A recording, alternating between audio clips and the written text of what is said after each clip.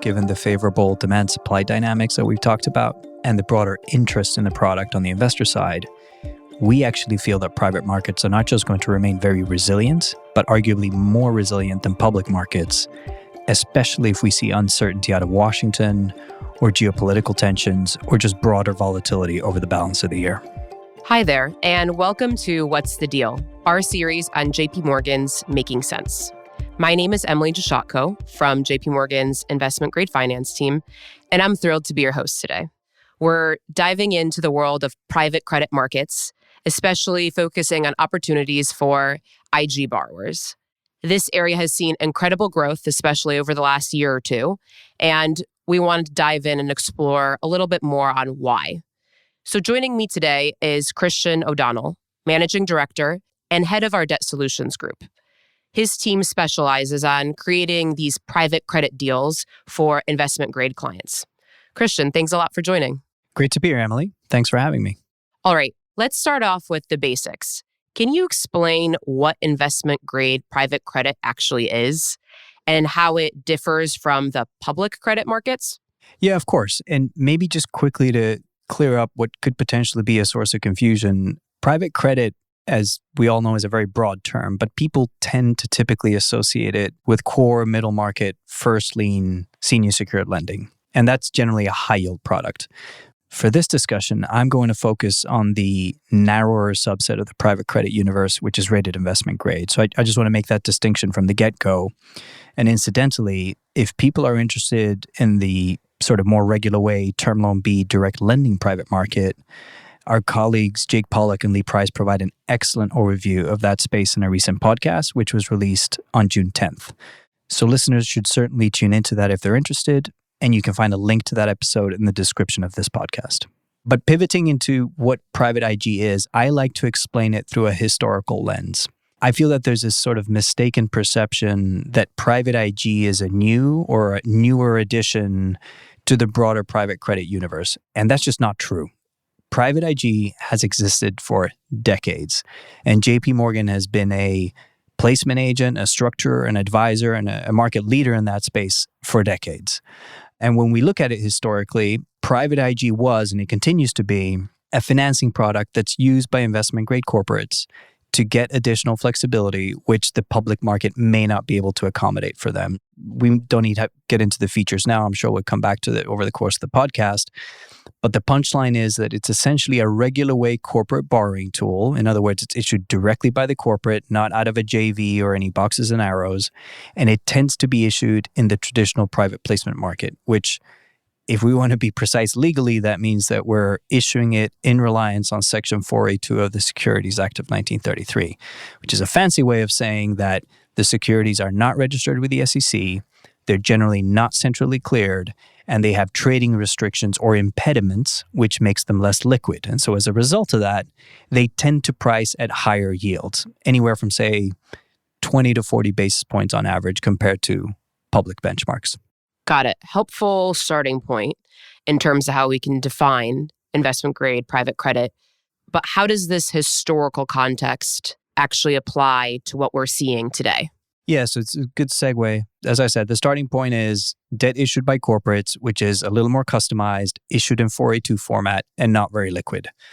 If we pivot to the more modern version of private IG, I think we can definitively say that over the last 3 to 4 years, we've seen this very meaningful growth in terms of the scope, the size, and the complexity of the private placement market. And there's a number of reasons as to why. One obvious one, of course, is that there's a massive need for capital in a variety of different sectors in the United States and globally, like digital infra or technology or AI or energy or manufacturing and a whole host of other areas. And then, of course, asset managers are also looking for excess returns. And so this newer vintage of IG private credit elegantly bridges the needs of those two constituents. So on the one hand, we can now offer heavily structured, heavily customized financing solutions at scale, which is obviously very valuable to borrowers. And by the same token, because of that complexity, because of that scale, these private credit deals tend to come at a significant premium.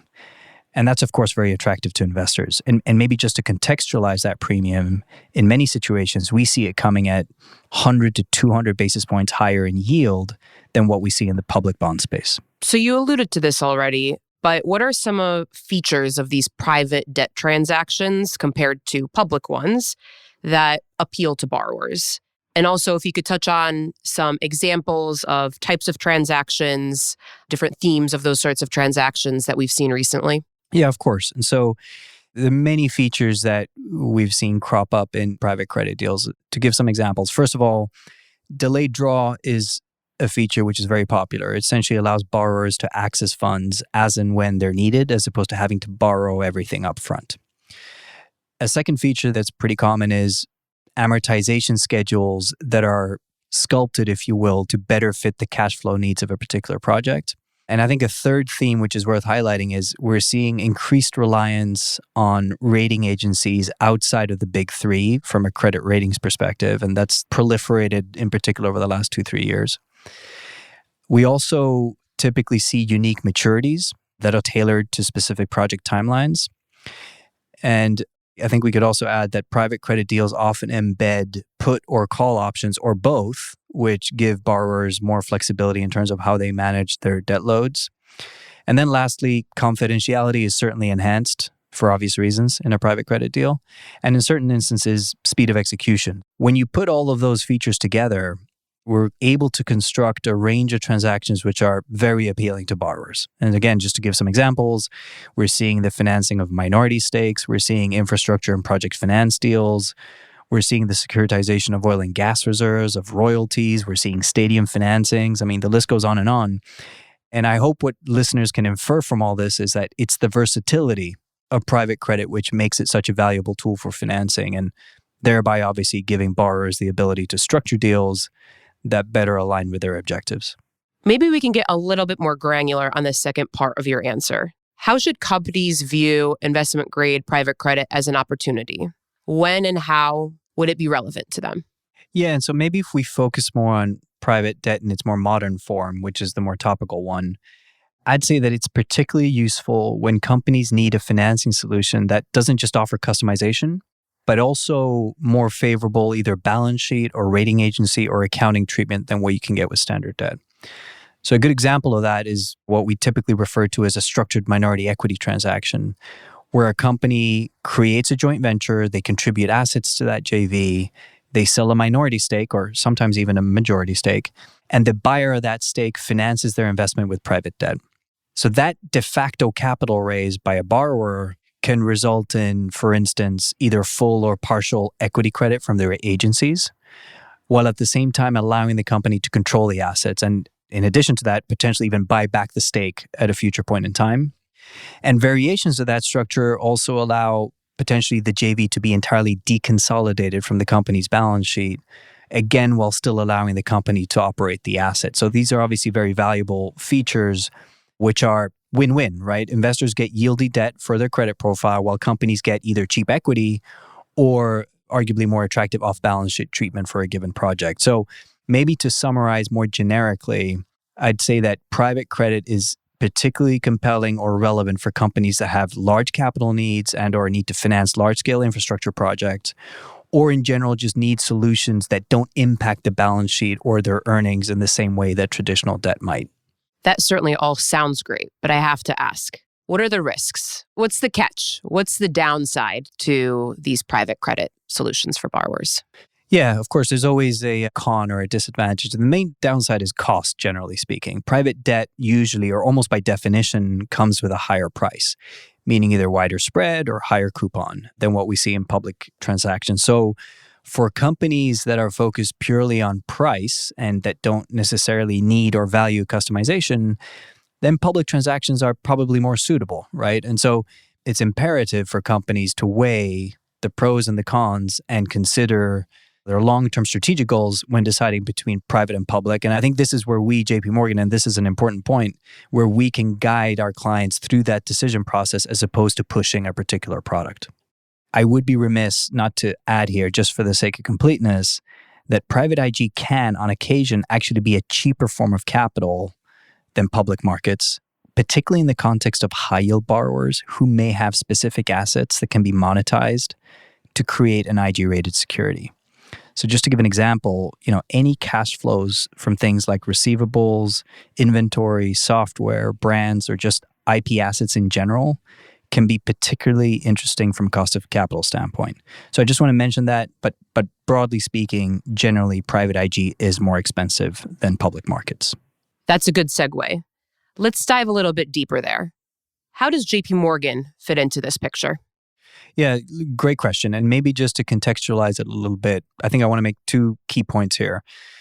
First of all, JP Morgan is not a new entrant into this market. We have, as I alluded to before, been a structurer, placement agent, advisor, market leader in the private credit space for decades.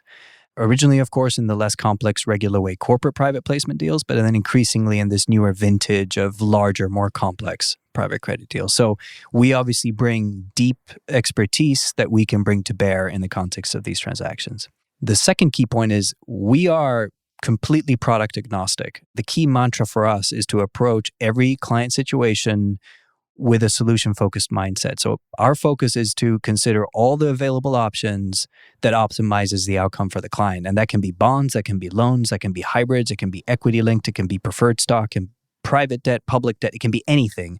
What matters to us is that the financing solution meets the needs of our clients. And I think the key point there is that because we approach every situation with that mindset, we can provide impartial advice as to which is the optimal financing tool in a given situation and for a given set of client objectives. And maybe to go into some of the specifics of what we do in a given transaction, first of all, we provide advice in the context of some of the more strategic considerations that tend to crop up in the context of private credit deals. So things like selling stakes in assets, in some instances, selling stakes in core assets. Second, as part of that, we provide structuring expertise in what's obviously, as we've talked about, become an increasingly complex space. Third, we help coordinate the rating agency process, which is integral, I'd say, to the success of most of these transactions. And again, with an increased reliance on some of the smaller agencies. And then lastly, of course, just facilitating execution. And that can be through syndication, but also in certain instances via our balance sheet, again, just to make sure we achieve optimal outcomes. So again, to give a more concrete example in the context of, say, a structured minority interest transaction, we fulfill all of those roles. We provide sell-side advisory capability, we provide structuring, balance sheet, ratings advisory advice, and of course, in the context of the financing, ultimately execution expertise, which given the decades that we've been in this space is unparalleled. Super helpful. Thanks for going through all of those details. Very clear. I think we now have a much better understanding of what IG private credit is, the nuances around it, and how JP Morgan can help in the space. But I think it would be helpful if we take a step back and further contextualize how private credit can be used in the current broader macro backdrop of volatility. How does this uncertain macro backdrop impact these private credit markets? And what is your outlook for the private credit market for the rest of the year? Yeah, and I think that this speaks to one of the benefits of private credit relative to public markets. Because it's a less liquid and a more bespoke instrument, it tends to be much less directional or much less volatile relative to what we sometimes see in either the 144A or SEC registered space, which in our view are both public markets. So if, just to give an example, if you look in the days and weeks post-Liberation Day, when public markets gapped out 40 basis points, we didn't see any impact on spreads in the private market, nor in terms of the broader investor appetite for the product. So in that sense, it can actually even be a reason for a borrower to access that particular market. When dislocations are at their worst in the public space, the private space can be a safe port in the storm, both from a spread perspective and also from an execution certainty standpoint.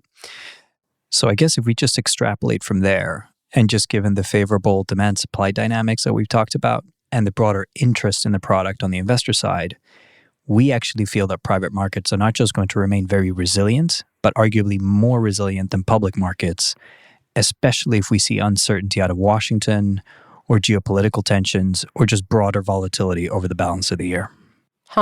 That's really interesting. You touched on the stability of the market and you started alluding to the investor base and their preference for illiquidity. Could you go in a little bit deeper as far as who the actual investors are in this market and why they prioritize the illiquidity? That's a great question. And this is an area where we've seen a tremendous amount of growth. If we look at things historically, it's again, I like to contextualize things historically.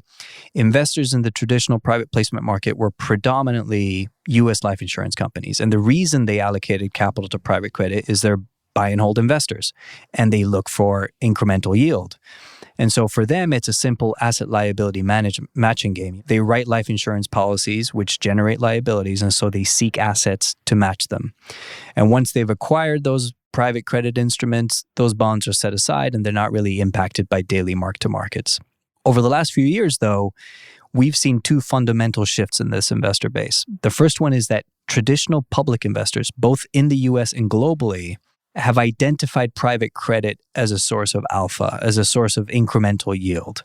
So as a result of that, we've seen inflows from that constituency to private credit, and that's been very meaningful. I think a second component of the shift in the investor base is there's been a significant amount of insurance capital consolidation to third-party managers.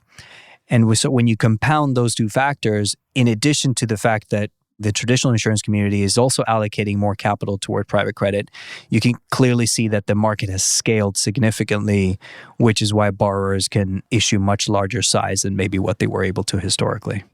One last question for you, Christian. How do you see investment grade private capital markets evolving? Do you think that the lines between public and private markets will increasingly blur? Both yes and no. Maybe if I list out some observations in regards to the topic. First of all, private credit has grown significantly and it will obviously continue to do so. We've talked about how attractive it is for borrowers because of the customization, and it's also attractive for investors given the higher returns. The second point I'd make is that there has been a push for more liquidity in private markets. And in fact, JP Morgan has started trading private IG securities recently. But that doesn't detract from the fact that trading is still going to be tricky and more onerous and more logistically challenging. And some investors even told us that they prefer the fact that there's less liquidity in private credit because it reduces asset class volatility. So complete convergence from a liquidity standpoint is very unlikely in our view. The third point I'd make is that the two markets will definitely continue to coexist, and I definitely think that more borrowers are going to have a footprint in both markets. Again, just depending on what their needs are over time. And I guess the last point I'd make is that each market is going to continue to offer unique opportunities. And again, our role in that context is to help clients navigate those options to, again, best achieve their financial objectives. Thank you, Christian. I've certainly learned a lot today. Some really good food for thought. To sum up, investment grade private credit is growing, offers customization and flexibility for borrowers, and JP Morgan is leading the charge in helping clients navigate both private and public markets. Thanks again for your time, Christian, and thank you to our listeners for tuning in to What's the Deal. We hope you enjoyed the insights. Thanks for listening to What's the Deal? If you've enjoyed this conversation, we hope you'll review, rate, and subscribe to JP Morgan's Making Sense to stay on top of the latest industry news and trends. Available on Apple Podcasts, Spotify, and YouTube.